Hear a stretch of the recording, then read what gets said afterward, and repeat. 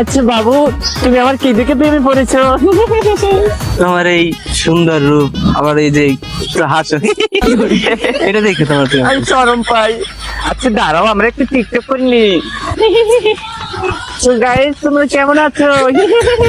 আমি লজেন পাগলি এসেছি তোমাদের আবার লড়া দিতে। আমি কিন্তু অলস সিঙ্গেল। তোমার লজেন খাবে?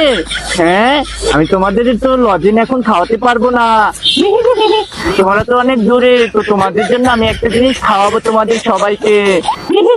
সবাই তো চোখ বোঝো, চোখ বোঝো সবাই।